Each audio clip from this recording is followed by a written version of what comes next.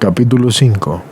La que yo sin ficción aprendí y la comunico sin envidia y no escondo así los bienes de ella. Habacuc 7, versículo 13. Estuve en Medellín hasta agosto de aquel año, 1895. En este mes volvieron a abrirse las escuelas y fui nombrada para la superior de Fredonia. En 1895 fue la guerra civil llamada de Enciso. El 30 de agosto, al restablecerse algunas escuelas, hubo nombramientos. El gobernador del departamento de Antioquía decreta: artículo único. Hácense los siguientes nombramientos. Para la sección superior de la Escuela de Niñas de Fredonia, la señorita Laura Montoya Upegui, Medellín, 30 de agosto de 1895. Firmado: Gobernador Julián Koch Bayer. Secretario de Instrucción Pública Tomás Herrán Mosquera. Me fui a una casa de familia sin mi madre. El pueblo me recibió bien y abrí la escuela con un respetable número de alumnas. Tuve exámenes los 3 meses y el pueblo se mostró satisfecho. Volví a Medellín en las vacaciones con el objeto de llevar a la familia y asistir a los santos ejercicios que daban en aquellos meses para las maestras. En el año de 1896 continué trabajando en la escuela de Fredonia, un conservador, pero revoltoso. Y como acababa de pasar la revolución, los ánimos vivían excitados. Las niñas no entendían sino de política, y la maestra que me precedió era liberal. Y ella sufrió, la pobre, la más vergonzosa humillación que puede sufrir una maestra. Un día se opuso a que las alumnas salieran a ver pasar las fuerzas conservadoras, y esto no lo pudieron sufrir las alumnas, y la derribaron, y luego la azotaron descaradamente, y la sacaron de la escuela. Esa historia se me contó al llegar, como previniéndome para que viera cuál era la suerte que me esperaba si yo las descontentaba. Así que decían: Fredonia significa tierra de hombres libres, y por consiguiente a nadie nos humillamos. Llena de confianza en Dios, emprendí la tarea de educar a aquellas fieras. Así podían llamarse alumnas, así que comencé por ocultarles mi opinión política y les organicé ciertas prácticas piadosas, como único elemento capaz de vencer a aquellos caracteres. Como en Amalfi, le di gran preferencia a la clase de la religión y en ella me extendía cuando me era posible. Muy pronto comencé a verlas muy aficionadas a las cosas de Dios y tan adictas a mí que pronto fui dueña absoluta de aquellas rebeldes voluntades. A mediados del año anunció que abriría un colegio de señoritas y que las niñas de la escuela debían pasarse a él. Como la maestra del colegio sería una señora muy buena, yo comencé a ayudarle indicando con la mejor intención y buena fe a mis alumnas que harían bien en pasarse al colegio. No lo hicieron, sin embargo, y el colegio se redujo a tan corto número de alumnas que era imposible que se sostuviera. Entonces, el señor cura empezó una guerra franca a mi escuela. Yo, considerando que la maestra del colegio era muy superior a mí, no miré la cosa mal porque yo la creía justa. El colegio, sin embargo, terminó el año malísimamente y la escuela, con un crecido personal, presentó sus exámenes a satisfacción. Y desde entonces el señor cura tomó una actitud francamente hostil contra mí y decía a los padres de la Lía que el hecho es que todo lo que se hacía eran cosas falsas. Les decía esto a los padres de la familia. Decía cosas falsas acerca de mi conducta con las niñas. Ni los padres de la familia, ni tampoco yo, le dábamos importancia a esa cosa, de modo que eso no llegó a perjudicarme. Entre tanto que yo seguía confesándome con ese padre con la misma confianza, y así hasta que salí del pueblo.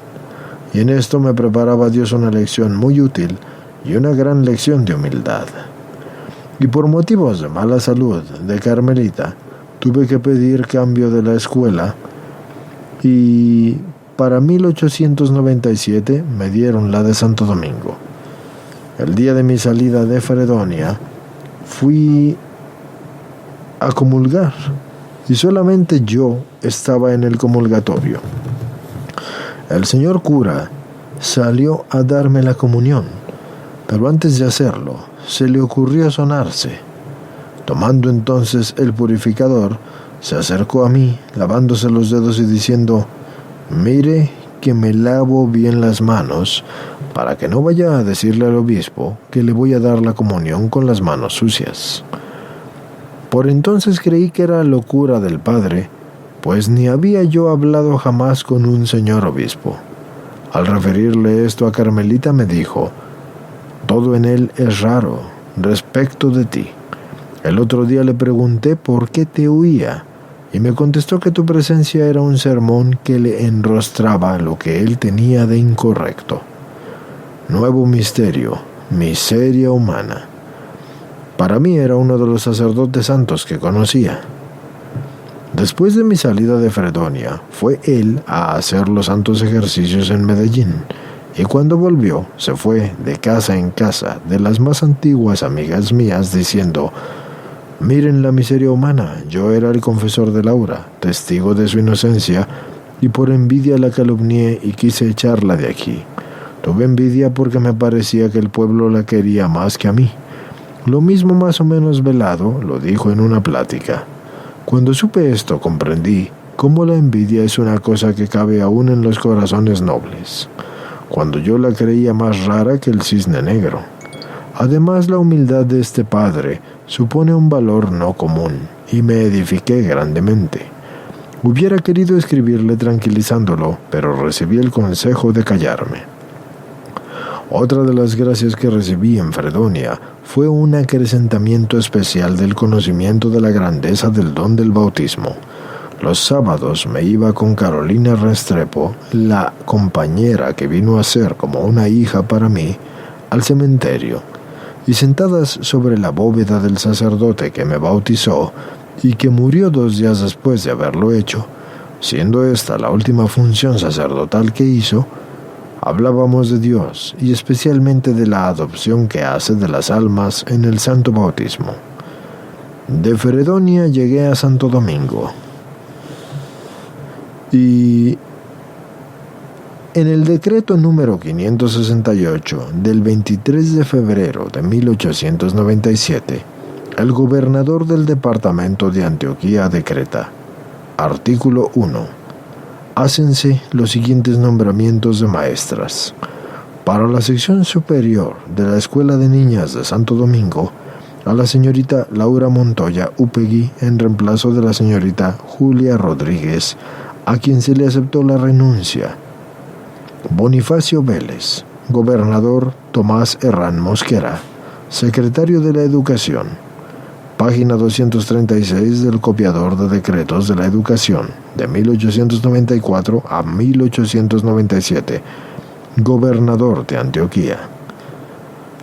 Bueno, pues como decía la lectura, de Fredonia llegué a Santo Domingo y como en Amalfi y Fredonia emprendí trabajos con un hermoso número de alumnas inteligentes. Estaban ávidas de estudiar. Esa sociedad recibió muy bien a la nueva maestra, y como era de cultura especial y en general una sociedad muy cristiana, me llenaron de atenciones. Aquellas alumnas ya bastante adelantadas reclamaban mayor esfuerzo de mi parte. Lo hice con mucho gusto y ellas correspondieron a él. Puede decirse que enseñaba como en una escuela normal y mi empeño de hacerlas adelantarse fue muy bien correspondido. Aparte del trabajo en la escuela, me impuse en Santo Domingo la tarea de establecer el catecismo en los campos. Cada sábado, asociada una amiga, iba al campo y debajo de un árbol o de una casita reunía a los niños que había recogido y les enseñaba no tanto el catecismo como la devoción. Les hablaba de Dios y del modo más sencillo para ser entendida.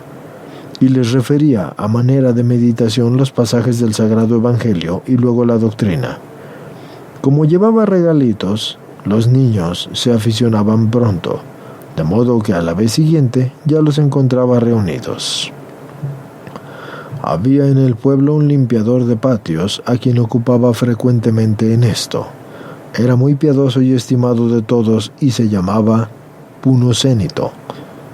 Me encantaba el conversar con él porque era aficionado a todo lo de Dios. Un día me dijo que era casado con Résura y que como estaba loca le demandaba muchos gastos. Le manifesté los deseos de conocerla y me prometió llevarme a verla un día que estuviera calmada, y así fue. Un sábado se apareció diciéndome que debía llevarme aquel día porque le había comenzado el sueño a Résura, y agregó: es que cuando a ella le viene el sueño, yo quedo libre para trabajar. Duerme 8 o más días seguidos, pero cuando despierta ya no puedo salir porque me tumba la casa. Así que me fui con él por una manga o paradito y me hizo saltar una gran chamba. ¿Y por qué me lleva por aquí?, le pregunté. Si entramos por la puerta, se me cae la casa, señalándome un rancho sostenido por un buen número de puntales, rancho que parecía siempre abandonado y junto del cual no me había yo atrevido a pasar por miedo de que se me cayera encima. ¿Y allí vive usted? Sí, me respondió, pero si se abre la puerta que da a la calle, se me cae. Me resolví a saltar la chamba y me llevó por detrás de la casa, no sin peligro, porque había que remover muchos puntales para abrirse paso. Dentro del rancho había tantos puntales que apenas quedaba puesto para un fogón. Y para la camita donde estaba Résura, hecha un bulto, que no se parecía a una mujer, ni tampoco a nada humano. ¿No le da miedo de que este rancho se le venga encima?, le dije a Punocénito. No, me respondió. Dios me lo sostiene porque yo vivo de Dios solo. ¿Y cómo es usted para trabajar cuando Résura está despierta? Pues no trabajo, me dijo. ¿Y qué come?, le repuse. Lo que Dios me da, me contestó. ¿Y cómo se lo da?, le pregunté. De muchos modos, y si no, oiga. Un día no tenía nada en la casa y como a la 1 de la mañana empezó a Résura a llorar, pidiéndome una mazamorra. Como yo no tenía maíz ni nada, me le hice el dormido, pero sus lamentos eran tan tristes que llorando le dije a Dios: vos, Señor, que hiciste a Résura, dame que darle. Y me puse a aguardar, haciéndome el dormido, para que ella no me tumbara el rancho, porque con hambre se pone muy brava, y si yo no me muevo, se está quieta. Como a las 4 de la mañana comencé a oír unos golpes como si le dieran a la puerta de adentro con un palo. Temblé porque dije: si Résura no me tumba la casa, estos golpes sí me la tumban. Y cada vez se hacían más fuertes. Quité los palos que trancaban la puerta y me encontré un caballo que traía una mochila llena de maíz y que como que le apretaba la boca, como suplicando que se la quitara. Así que la solté y quise ver por dónde había entrado el caballo al corral, muy cerrado con llaves por el dueño. Yo no encontré por dónde hubiera podido entrar el caballo, entonces lo acosé a rejo para que saliera por donde había entrado. Y el pobre animal no encontró la salida. Entonces pensé: este maíz me lo manda Dios. Y le hice la mazamorra a Résura, con una parte y dejando la otra para entregar al dueño. En todo el día no apareció el dueño, y vino el señor que cuida el corral a regañarme porque tenía ese caballo ahí, sin permiso. Le conté la historia y me permitió tenerlo en su yerbal. Résura se durmió ya llenita de mazamorra, y yo me fui a buscar trabajo en el centro del pueblo, y me encontré con un hombre, y me preguntó si no había visto un caballo que hacía 2 días que se le había venido desde la Concepción, es decir, a 7 leguas de distancia. Le dije que yo lo tenía, y le referí mi historia. Vino, y realmente era su caballo, el que yo tenía. Me dijo que le había quitado la carga y que un niño lo había puesto a comer maíz colgándole la mochila de la cabeza y que no había vuelto a saber del caballo. Con esa historia tuve para ponerme feliz y felicité a Pununcenito por su fe, y la mía se acrecentó tanto más que me parecía que yo antes no conocía la amorosa providencia de Dios. Después toda mi vida he referido esta historia, que llamo la de Resura, para avivar la fe de los pobres.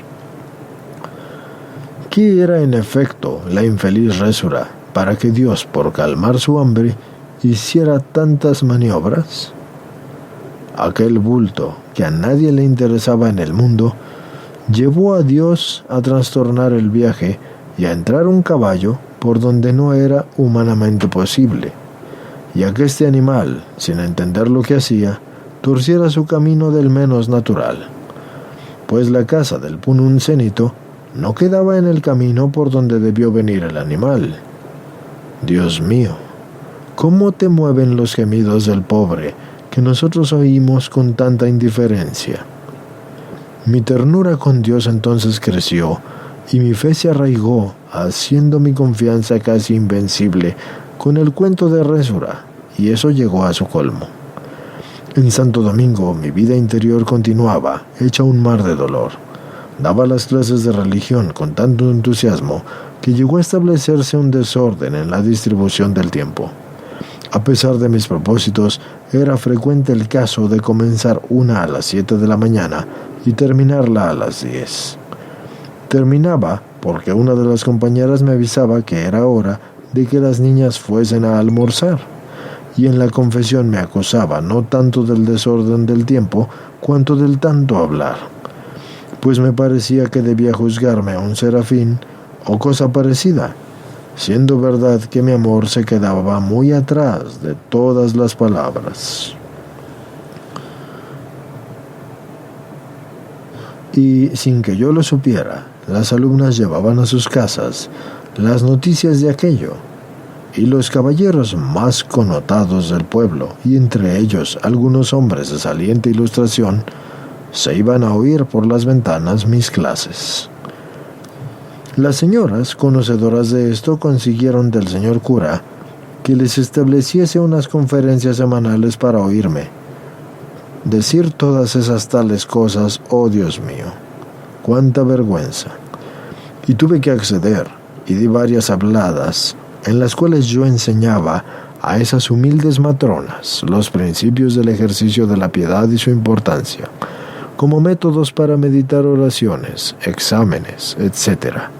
Y era de verme ante aquel auditorio tan recogido diciendo cosas que quizás ellas sabían mejor que yo. En estas habladas y en las de la escuela, tuve que suspender una serie de enseñanzas que emprendí sobre los atributos de Dios para no seguir dando el espectáculo de desbordarme. Mayor fue mi vergüenza cuando recibí un recado de varios caballeros suplicándome que les diera a ellos también habladas en unos ejercicios espirituales que proyectaban. A esto ya no quise acceder, y como no se valieron de la autoridad del señor cura, me escapé. Naturalmente mi estado de pena interior me inspiraba el más grande deseo de austeridades, pero ya no me permitían aumentar las que tenía. Tuve que reducirme a ciertas privaciones que en parte me tranquilizaban. Ocupaba entonces una casa rica y hermosa, amoblada con lujo, porque sus dueños me comprometieron a ello, y como no me cobraban arrendamiento, mi madre me ordenó a recibir esta caridad. Mas la conciencia, o qué sé yo qué, me privaba de hacer uso de tales lujos, no obstante los reclamos o los sueños. Antes, el preparar las clases me entretenía haciendo apuntes curiosos y amontonando conocimientos en la cabeza, creyendo que cuanto más supiera, mejor cumplía yo la voluntad de Dios y más hábil maestra resultaba. Ahora esto se me volvía en la cosa más insulsa, pudiendo ir derecho a la fuente. ¿Y para qué entretenerme recogiendo góticas de rocío en el camino? Estudiar a Dios es el cielo. Me preguntaba entonces para qué estudiar a las criaturas, que aunque son para Dios, son de la tierra, Además, se me volvía tan corta la vida para perder un minuto en otra cosa que no fuera conocer a Dios, y tan estrecho mi entendimiento y en general mis facultades, todas tan poquitas para conocer y amar a Dios, que me parecía casi un crimen cargarlas con otra cosa, aunque fuera buena.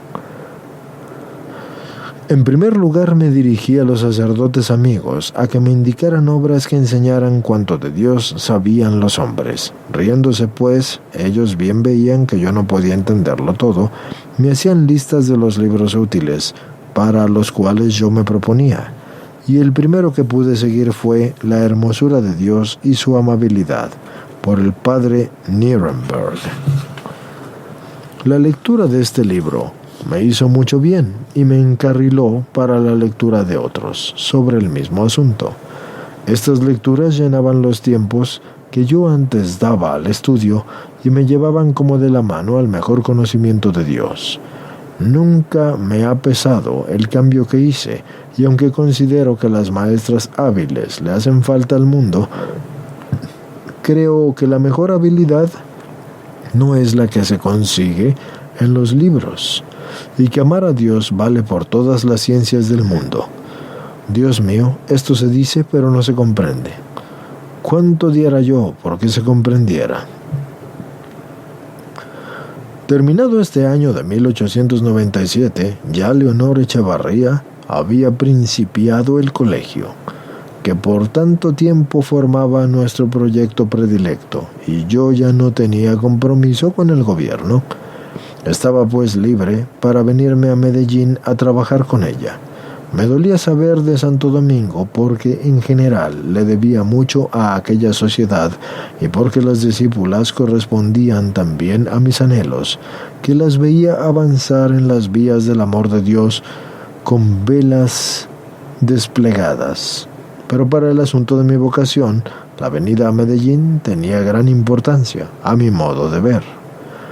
Me parecía que en alguna manera las monjas me tendrían más en la cuenta.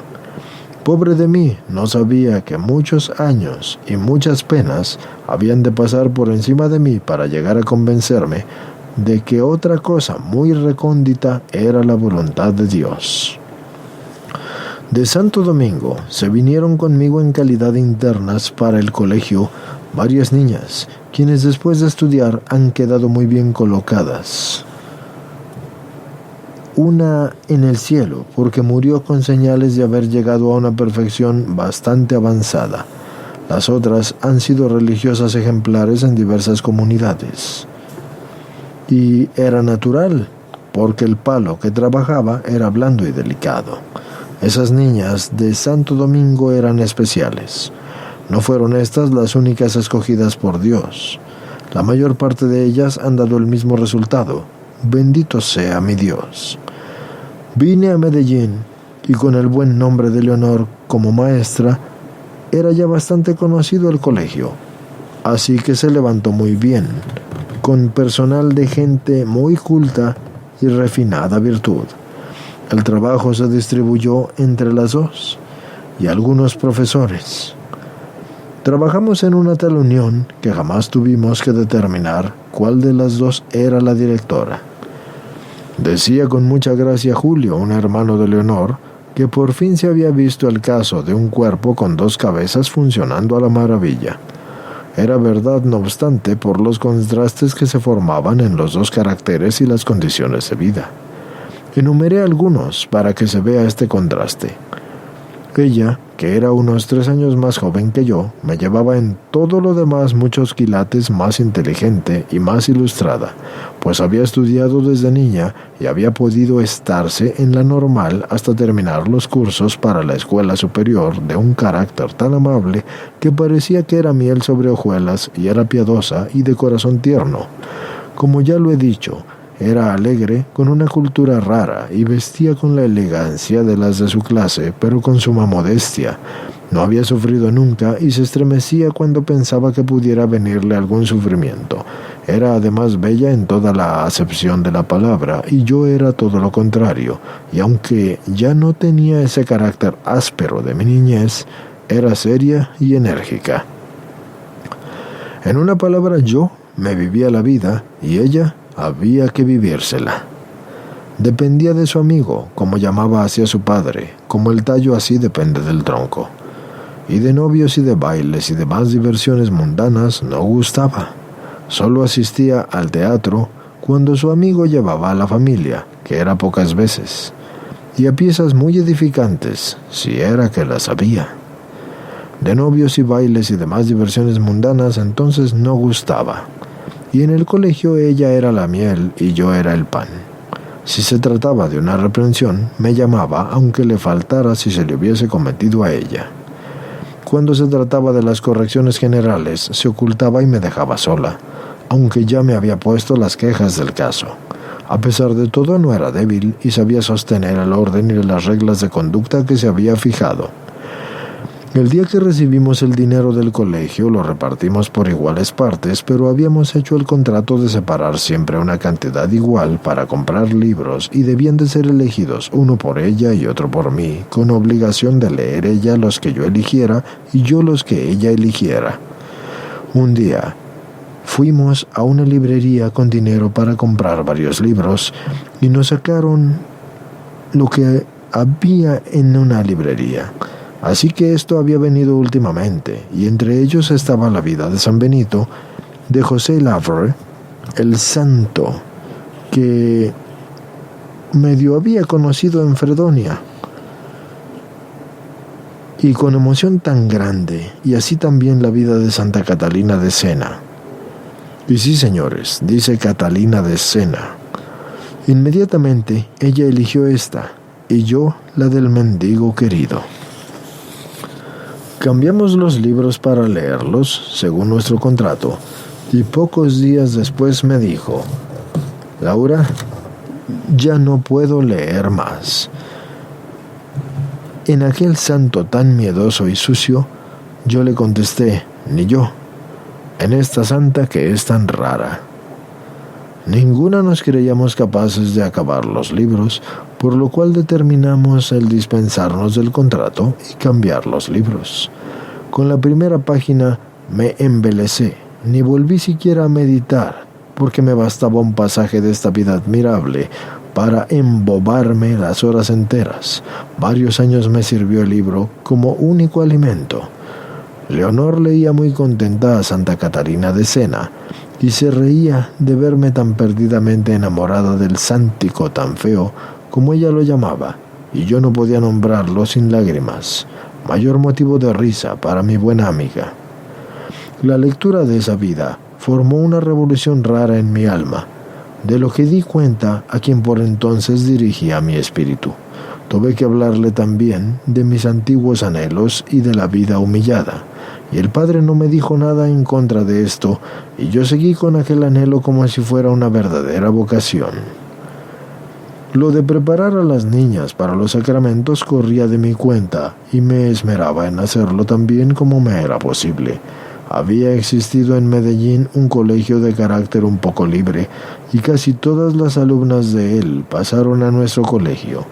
Eran, por supuesto, las que peor se manejaban en todo sentido, y esperábamos con ansia la época del retiro anual que se le daba a las alumnas para ver si se componían.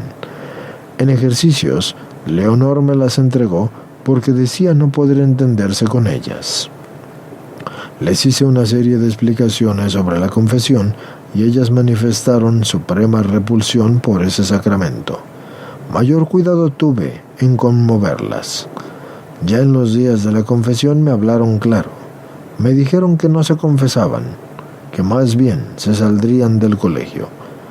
Emprendimos una cruzada de oraciones pidiendo la conversión de estas pobres niñas, y cuando ya casi desesperada de conseguirlo me llamaron y me dijeron: nosotras no nos confesaremos porque lo hemos hecho siempre sacrílegamente, y como ahora usted nos ha hecho ver la gravedad de la comunión sacrílega, no lo haremos más. Pero tampoco somos capaces de confesar las faltas que venimos callando hace mucho tiempo.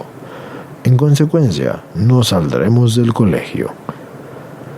Imposible darme por vencida y me puse a llorar por tal desgracia, y ellas, como me querían mucho, me acompañaron en el llanto mucho rato. Al fin, una muy resuelta me dijo que había cometido un pecado muy grande en materia de pureza por la mala vigilancia de aquel colegio, y con la mayor confianza me dijo el pecado. Yo solo le dije que no me dijera más y que pidiera permiso para oírselo si era necesario, pero que antes de tener la licencia no me dijera nada. Hablé con el confesor y me ordenó oírle cuanto quisieran decirme y que les abriera los caminos para salir del estado tan lamentable. Eran 8 las culpables. Al oírlas, les infundí la confianza en Dios, de quien tenían miedo, y les ofrecí el decirle yo misma a un confesor desconocido la falta, de modo que ellas no tuvieran que explicarle nada. Consintieron en ello, y un sacerdote amigo, con quien quedó arreglado que se les llevaría del modo más prudente para que no fueran conocidas por él, aquellas pobres niñas se confesaron bañadas en lágrimas, y fue entonces una conversión cierta. La noche del día que se confesaron, puse las linternas y todo a estudiar. Entonces, en el dormitorio, ya para acostarme, en un momento, porque estaba rendida de cansancio, mi cama estaba cubierta por un toldillo que no llegaba al suelo, y desde ella yo podía vigilar el estudio perfectamente. Tan pronto como me recosté, oí, pero no con los oídos materiales, sino de otro modo de oír, que era entender. Y no sé cómo puede ser esto, pero oí que el demonio venía y decía: voy a vengarme de esta advenediza que me ha arrebatado lo que yo poseía con justos derechos. Como este oír era entender, yo comprendí que la advenediza era yo, y que lo poseído por el demonio eran las pobres niñas que se habían confesado. Esto pasaba sin dejar de oír el estudio de las niñas, que lo hacían esa noche en historia natural. Me senté a esperar al demonio, y muy pronto vi llegar por debajo del toldillo un animal parecido a un perro lobo, con cascos de mula y unos cuernos negros muy retorcidos. Entró, y sin abrir la boca me repitió las mismas palabras que oí, y del mismo modo, y agregó que se vengaría de mí, metiéndole una tentación a mi hermano con una sirvienta que se hallaba muy dentro del interior de la casa, que era muy grande. Entonces no sabía yo que entre hombre y mujer hubiera tentaciones, ni de qué clase serían. Por eso no me alarmé mucho. Pero el demonio me dijo, después, que tumbaría el colegio, porque no lo resistía, y que lo haría levantando una calumnia contra mí. Entonces quise darle con el Cristo que tenía en la mano, y lo alcé. Para ello es que lo hice, pero me pareció hacerle mucho honor y me levanté. Lo cogí de los cuernos, que eran fríos, muy fríos, y lo torcí, como haciéndole formar un remolino. Y lo entregué contra el suelo, y le dije que saliera, que él no tenía que meterse en lo que era mío, y que no haría más que lo que Dios le permitiera. Mientras lo restregaba contra el suelo, le dije que le quedaban muy mal las zancas de la mula, y que no le tenía miedo, y que hiciera lo que quisiera. Pero yo contaba con Dios. Aquel animal producía en el suelo un ruido como de cuero que se arrastra, y creí que las muchachas que estudiaban se habían percibido de él. Pero el estudio continuaba, lo mismo que antes. El animal salió por entre las 2 hileras de estudiantes, y yo salí detrás preguntándoles a las niñas si no habían visto pasar a un perro, pero contestaron que no. Seguí hasta el cuarto del zaguán, en donde encontré a mi hermano dormido. Regué mucha agua bendita y me fui a hacer lo mismo en el cuarto de la sirvienta. Volví a la cama, y como noté que las niñas no se habían dado cuenta de nada, me callé. Comprendí, sí, con mucha claridad, que el demonio me tenía miedo, y que iba a molestar mucho a cuantos dependieran de mí, por causa mía, pero que a mí no me arremetería más.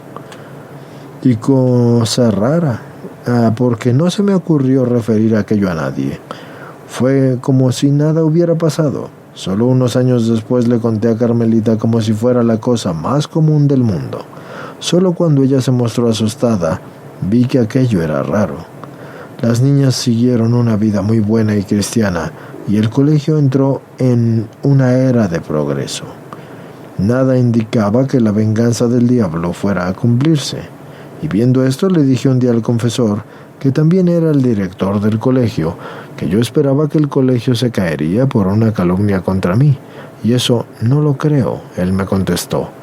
Y como jamás le hablé de lo del diablo, no tenía por qué darse prisa y además apenas comenzaba y debía dejarlo crecer, para que su triunfo tuviera alguna resonancia al tiempo en que Dios le señale, y él así aparecerá. Los primeros exámenes fueron un desbordamiento de entusiasmo en Medellín y entonces no eran los colegios abundantes y por eso este colegio, al tanto de los métodos más modernos y con Leonor y su nombre tan merecido, era natural que se llevara la simpatía de la ciudad y sobre todo de la clase alta. Los exámenes no dejaron que desear y el año siguiente el número de educandas nos exigía el cambio de local y nuevos profesores. El internado creció tanto que llegó a ser como un colegio nacional, pues de todas partes venían niñas. Con estos progresos yo no me halagaba, sino por cuanto a la dote o la renta para dejarle a mi madre, pero era imposible que me dejara envolver en el oleaje de la vida cómoda y de aristocracia que me rodeaba, porque mi espíritu reclamaba sin cesar y no podía por lo mismo esperar que llegara a mi destino para darle algún descanso a mi alma. Me ha dado Dios lecciones muy fuertes y entre otras citaré esta. Un día por la mañana fue un padre de familia a decirme que iba a establecer un proceso jurídico contra mí por corruptora de la sociedad, agregando insultos tales que si Dios no me sostiene me hubiese afligido. Y ese mismo día fui a visitar al ilustrísimo señor Pardo. Monseñor Joaquín Pardo Vergara nació en Bogotá en enero 23 de 1843. Se ordenó en Bogotá en 1876 y fue escritor de un gran renombre. Fundó la Academia Colombiana de la Lengua, primer arzobispo de Medellín en 1902. Orador sólido y piadoso, correcto humanista y humanista distinguido y erudito historiador, y profundamente piadoso, firme, discreto y prudente. Sus preclaras dotes fueron puestas al servicio de su labor pastoral como obispo de Medellín desde 1892. Y sostuvo con sus consejos el espíritu de la maestra Laura Montoya en momentos de suma angustia. Murió en Medellín en noviembre 14 de 1904.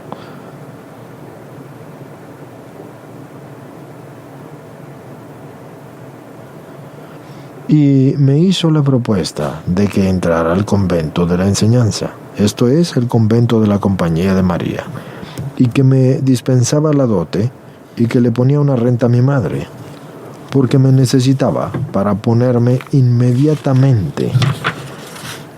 Y esto fue para ponerme inmediatamente de maestra de novicias, dispensándome así el noviciado y poniéndome a la vez como la maestra de la pedagogía de las otras monjas.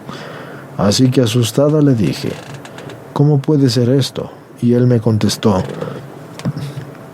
puedes muy bien serlo y me satisfaces no solo como religiosa, sino también como maestra. Le contesté, ni tan mala como un señor me decía esta mañana, ni tan buena como su señoría me cree. Déjeme pasar por el medio, y él se rió. Pero yo no acepté la propuesta y desde entonces me suenan lo mismo los elogios que los insultos, con la diferencia que los primeros me hacen sufrir un poco más. Como una de las casas que ocupó el colegio quedaba frente al palacio episcopal, tuve necesidad de entenderme frecuentemente con el excelentísimo señor Pardo y establecer con él cierta comunicación que no me atrevía a llamar amistad, puesto que ésta supone cierta igualdad, pero sí era lo más semejante a ella. Él admiraba mucho que dos señoritas de nuestras condiciones nos hiciéramos la vida sin pensar en el matrimonio y nos felicitaba frecuentemente. Quería tanto el colegio que salía siempre a horas de la pasada de las niñas y aprendió a distinguirlas. Me decía que era un gran descanso para un obispo un colegio que le diera seguridades de las buenas ideas y la vigilancia. Aunque él veía que mi entrada al Carmen estaba muy distante, comprendía ya que lo tranquilizaba. Algo lo intranquilizaba también en mí. Así que me confesaba yo con él, porque me confesaba con el secretario que él tenía. Y sabía él mi adhesión al Carmen. Yo le había dicho que a pesar de las opiniones contrarias, que él sostenía que mi vocación era para Carmelita. Por eso, al verlo intranquilo acerca de mi vocación, yo quise que me estudiara en el confesionario para mi mayor tranquilidad. Pero me dijo que no era necesario porque, opinando distinto, así es como el confesor se turbaba, pero también me turbaba. Eso era por encima de su cadáver. Así que por encima de su cadáver entraría yo a los Carmen. Así que eso fue para mí como una broma. Pero no podía imaginar que hubiera una persona que dudara de mi vocación carmelitana después de haberme oído. Y en cada una de mis visitas me daba alguna nota de su intención de impedir con todas sus fuerzas mi entrada al Carmen. No me turbaba, y sin embargo yo creía que era porque no me conocía, y como además el confesor, conociendo esa opinión del señor obispo, me sostenía, no se me daba nada. Llegué hasta a creer loca la presunción de que era el señor Pardo y de que no conocía lo que era una carmelita. Una vez le hice una descripción tan elocuente de lo que era una monja carmelitana y de su unión con Dios, que con los ojos llenos de lágrimas me dijo: «Cállate, hija, que me haces llorar. Sientes del Carmen cosas que arrebatan, pero tú no eres carmelita». Mucho tiempo me estuve sin mentarle al señor Pardo mis asuntos del Carmen, pero una vez que se murió una monja, sí me resolví, y hasta con descaro, a decirle algo. Después de visitar todas las iglesias y las capillas de la ciudad, pidiendo la gracia de conseguir esa celda, escribí una tarjetica dirigida a la superiora de los carmelitas en la que decía: «El obispo de Medellín le agradecería a la Madre Superiora si al dar una celda que ha quedado desocupada tiene en cuenta a Laura Montoya». Así que me fui a su casa y se la mostré, pidiéndole que la mandara a la superiora. Y la tomó y la leyó y me clavó la mirada más triste. «¿Tú crees que tengo el valor para tanto? Mira, si por casualidad las monjas te recibieran, a pesar de mi opinión contraria, yo haría un acto heroico en callarme. ¿Y te supones que puedo poner un punto a favor de tu desdicha?». Esto me lo dijo con tal unción que no solo lloré por la negativa, sino porque comprendí con cuánta sinceridad él se oponía a ello. Y enseguida se puso a remendarme en la manera como iba a ser yo, cuando después de su muerte yo fuera carmelita.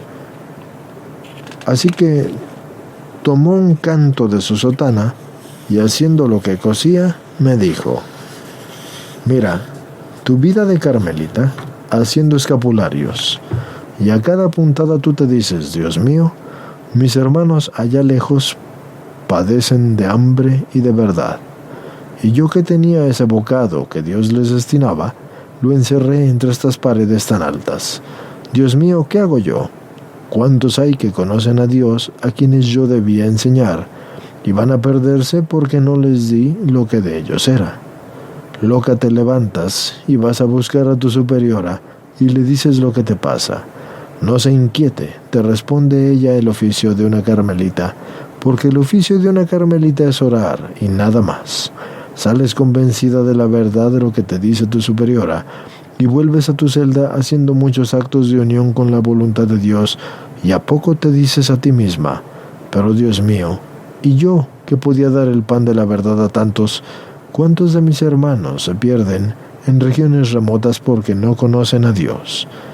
Te enloqueces, hija, créemelo». Esto lo acompañaba con una mímica tan expresiva que al principio me hizo reír, pero muy pronto me conmovió tanto que, para que él no se diera cuenta del triunfo que hacía, quise hablarle de otra cosa y lo miré, y estaba tan conmovido que le caían 2 lágrimas por la cara, por lo cual me callé. Después le pedí la bendición y salí, y tampoco él pudo volver a hablarme, y no me sacó hasta las escalas como lo acostumbraba a hacerlo. Tuve que conformarme por esta vez con ver entrar a otra a la celda que no quiso el señor Pardo conseguirme.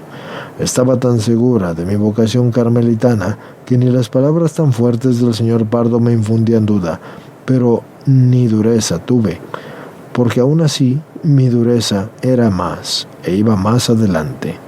Después de un rato de agonía, yo advertí que estaba en la capilla y me vi anegada en lágrimas, y ni una sola persona en la capilla.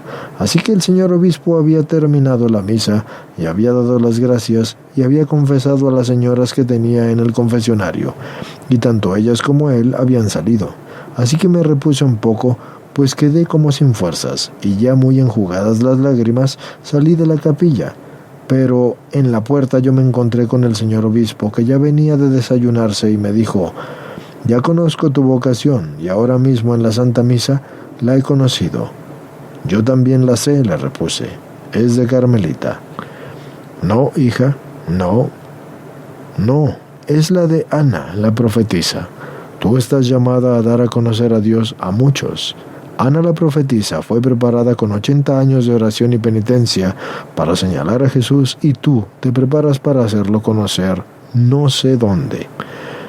Ni con esto tan serio tomé la cosa como tal y le contesté: «Ya lo he hecho conocer de muchas discípulas y ahora seré carmelita». «No, hija», me contestó, «lee el Evangelio y verás». Le prometí hacerlo agregándole: «¿De modo que debo empezar por casarme para enviudar y ser Ana la profetisa?». «No, hija, no. Toma las cosas como deben ser. Así verás». En esto puede verse ya algo como anuncio de mi vocación, pero yo no vi nada. ¿Y cómo iba a haber una cosa tan incógnita? En los mismos días me dio el confesor unos números de la propagación de la fe para que los leyera, y cumplí su deseo, y nada me llamó más la atención. Pero el hecho es que en serio no me llamó la atención. Es necesario advertir que mi confesor no dudaba de mi vocación carmelitana y que sí me ofreció esos cuadernos. Él mismo no sabía por qué lo hacía, pero yo me sentía una carmelita desterrada. Hacía ya unos 4 años que Leonor y yo trabajábamos juntas en la unión más completa y con mucho fruto para las dos, y sin embargo ella no acababa de convencerse de que Dios solo formara mi dicha sin disfrutar de nada en el mundo, y me decía que eso debía de ser algo de ficción. Con nada podía convencerla, así que comenzó muy pronto a sentirse mal de salud, y como ella trabajaba por puro gusto porque no necesitaba del producto de su trabajo, resolvieron en su casa que se separara del colegio. Muy perpleja yo quedé porque estaba en la persuasión de que sin Leonor el colegio se caería, pero continué hasta ver el rumbo que tomaban las cosas. La llevaron al campo por la orden del médico a reponerse, y en él pasó más de un año, y nuestra correspondencia yo seguí con la mayor regularidad. Continué también con el colegio, y más bien progresaba que retrocedía, como yo lo aguardaba, y por fin el médico declaró que la enfermedad de Leonor era una tisis violenta y que se acercaba a su fin. La llevaron a Medellín, y nada deseaba ella tanto como verme en su casa. Toda vez que recuerdo lo mal que me porté, me avergüenzo de mí misma, y no fui a verla inmediatamente porque se me olvidó. Dios mío, qué lección tan a tiempo para la pobre Leonor. Cuando 6 días después llegué, lo primero que me gritó desde su cama fue: «¿Por qué no habías venido?». «Porque se me había olvidado», le contesté, cuando menos pensé.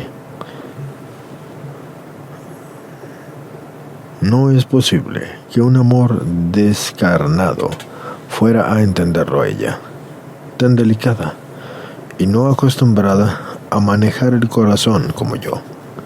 Sin embargo, como en la bondad personificada, después de llorar un poco, me perdonó.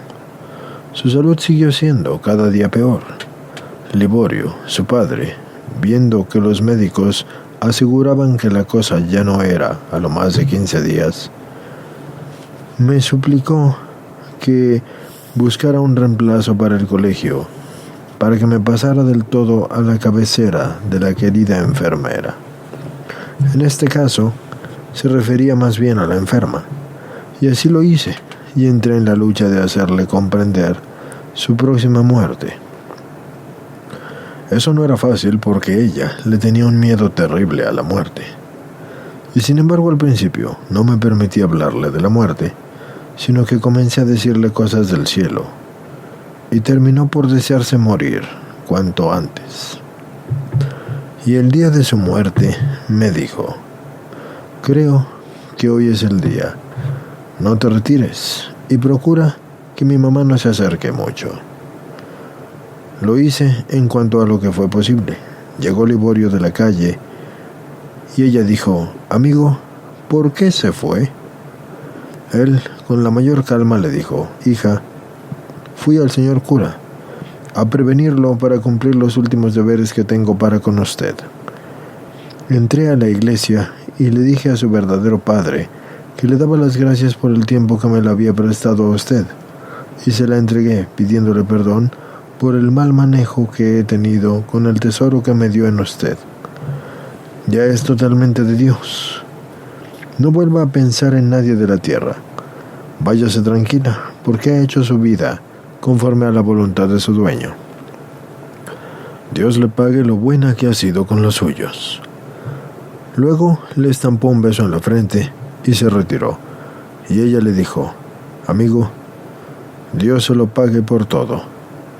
Eduque a los otros hijos como a mí. Yo desde el cielo lo miraré como el mejor padre. Con el dolor de su ausencia y contra mis previsiones, el colegio continuó progresando. No era la ausencia de Leonor lo que había de tumbarlo. Ahí estaba la amenaza del demonio, y a él le tocara su taciturno. Así que conocí entonces una casta de gentes que no sospechaba que existiera. Así que juzgaba a todas las devotas de buena voluntad para servirle a Dios, y muchas me buscaban, entre otras una prima que sufría como yo, por no poder hacerse carmelita. Mutuamente nos consolábamos, pero yo tenía más fuerza para sufrir. Ella se afligía hasta enfermar, por lo cual en su misma casa me suplicaban que la alentara. Llegué a ser como su madre y confesor, porque él mismo, cuando no lograba consolarla, me la mandaba. Un día salía yo de comulgar del convento y la vi a la salida. No me detuve porque tenía clase y era tarde. Como a las 9 llegó a la casa y me dijo: Laura, casi me matas con tu mirada al salir del convento. Hasta ahora no he podido moverme del sitio en que estaba. Pero, ¿qué te hice?, le pregunté. Si yo tan solo advertí que estabas en la iglesia. No sé, me dijo, pero tu mirada me pareció como un rayo. Me hizo temblar y no pude moverme hasta ahora. ¿Qué querías decirme? Nada, le repliqué. Pues yo no puedo explicarme lo que sucedió. La cosa se quedó así, pero al referirle lo ocurrido a Carmelita me dijo: a mí me ha pasado con frecuencia lo mismo con tus miradas. Es que tienes unos ojos terribles, por eso te miran tanto los hombres y tú no lo adviertes. Me propuse observarlo bien, y realmente vi que muchos me seguían en la calle y me buscaban los ojos para mirarlos.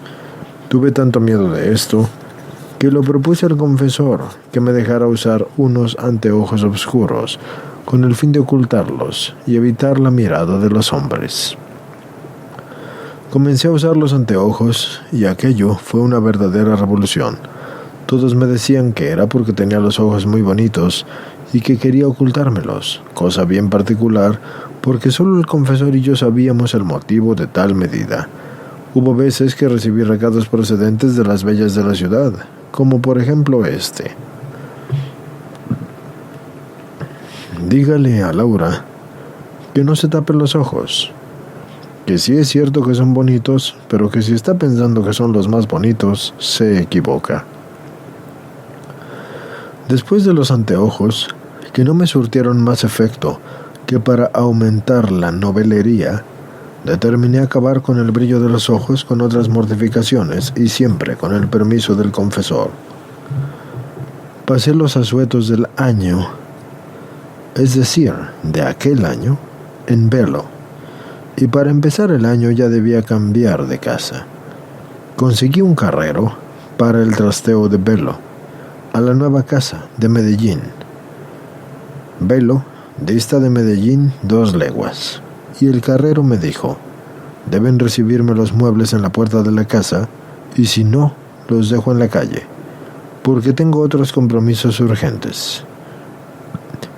Me vine de Velo, acompañada de una prima, a recibir los muebles. Venía a pie y con un solo abrazador, así que llegué a la casa y me di cuenta de que había dejado la llave en la casa de una tía, a unas 30 cuadras de distancia, que no me creía capaz de hacer, ni tampoco el carrero me daría tiempo. Quise buscar un mandadero y salí por las calles preguntando por alguno, pero por en aquel barrio nadie conocía la casa de la tía, ni tampoco quiso nadie comprometerse a ir a buscarla, por más que yo prometía pagarles bien. Después de esperar mucho en la puerta de la casa, me fui a San José, iglesia vecina, a descansar, y después de descansar un rato salí resuelta a dejar los muebles en la calle, pues nadie se había querido comprometer, tampoco ni siquiera a romper la puerta, que tenía cerrojos muy fuertes, cuando vi un niño que desyerbaba la calle de la misma casa que yo debía ocupar. Me dirigí a él, creyendo que quizás se comprometería a hacerme el mandado. Le hablé y muy enfadado me contestó: yo no puedo, porque me vine a traer una llave. No sé para quién, ni a dónde. ¿Dónde está la llave?, le dije, y me señaló la calle en donde por muy molesto la había tirado. ¿Quién la mandó?, le pregunté. Y me dijo: yo no sé.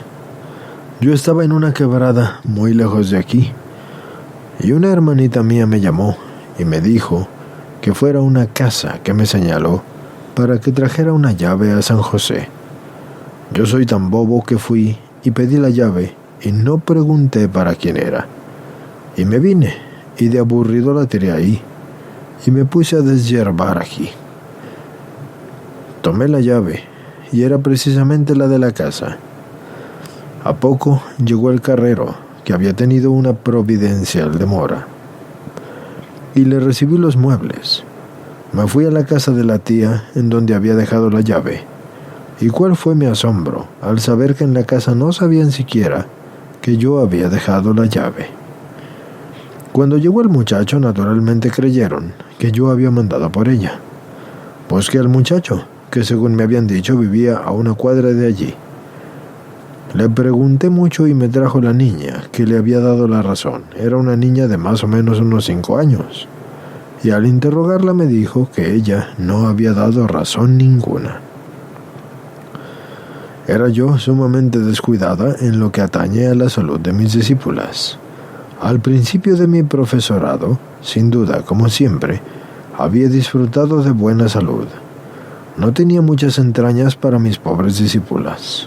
Hubo una gripa general en todo el internado, y cuando casi todas estaban levantadas un domingo por la mañana, hice sacar todas las camas al sol, y dejando en la casa a una señorita que hacía varios días se quejaba de dolor en un costado, sin que me inquietara ni eso ni la fiebre que constantemente tenía, salí con las demás para la misa de las 8.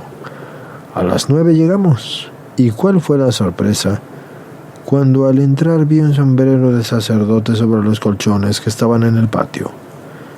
Entré apresuradamente a la pieza de la enferma y me salió al encuentro el reverendo padre Ruiz, un jesuita, y al instante me dijo: Laura, he venido a verla en sus trabajos. ¿Cuáles?, le pregunté. Pues en el que tiene con esta señorita, que está de muerte. Me refirió que a la puerta de los jesuitas había llegado un niño muy de mañana, diciéndole al padre superior que le mandara un padre a la señorita Laura para que confesara a una niña que tenía de muerte, que el Padre Superior le había dicho que celebraría la misa pronto y que se fuera al colegio de la Inmaculada, y que Laura estaba en trabajos con una enferma. Como es tan lejos, he tardado mucho, añadió. ¿Cómo? Le dije, si yo no he mandado a nadie, ni la niña está mala, solo tiene una gripa con un dolor ventoso pasajero. Él se sorprendió y me dijo, pues esa niña está de muerte. Ya el padre, enterado por la sirvienta, había confesado a la enferma y salió. Yo me quedé riéndome de la cosa, pero llamé inmediatamente al médico, que era a la vez acudiente de la niña. Llegó y me dijo, está perdida esta niña. Tiene una neumonía central ya pasada. Quizás ya no la salvaremos. Me llenó de pena con su padre, que es mi mejor amigo. Es necesario llamarle para que venga con su familia, pues esta niña morirá. Le puse un telegrama urgente al padre de la niña, que vivía en una población vecina a pocas horas. Llegó en un coche toda la familia de la niña y ya el médico había llamado a otro, que con 2 practicantes se pusieron a trabajar para salvarla, con una asistencia esmerada, y lograron ponerla fuera de peligro en pocos días. Mi confusión fue grande, pero mi agradecimiento a Dios, que tales resortes los había movido Él a mi favor, fue superior a todo encarecimiento, porque los jesuitas declararon que el niño del recado les era completamente desconocido. ¿No ven cómo Dios tiene mundaderos y especiales para llenar más deficiencias? Entonces, así de simple son las cosas. Ven pues cómo Dios sí que tiene a sus mandaderos. Siempre serán especiales, para que llenen todas las deficiencias que yo tengo. Y se les dice mundaderos porque están en el mundo.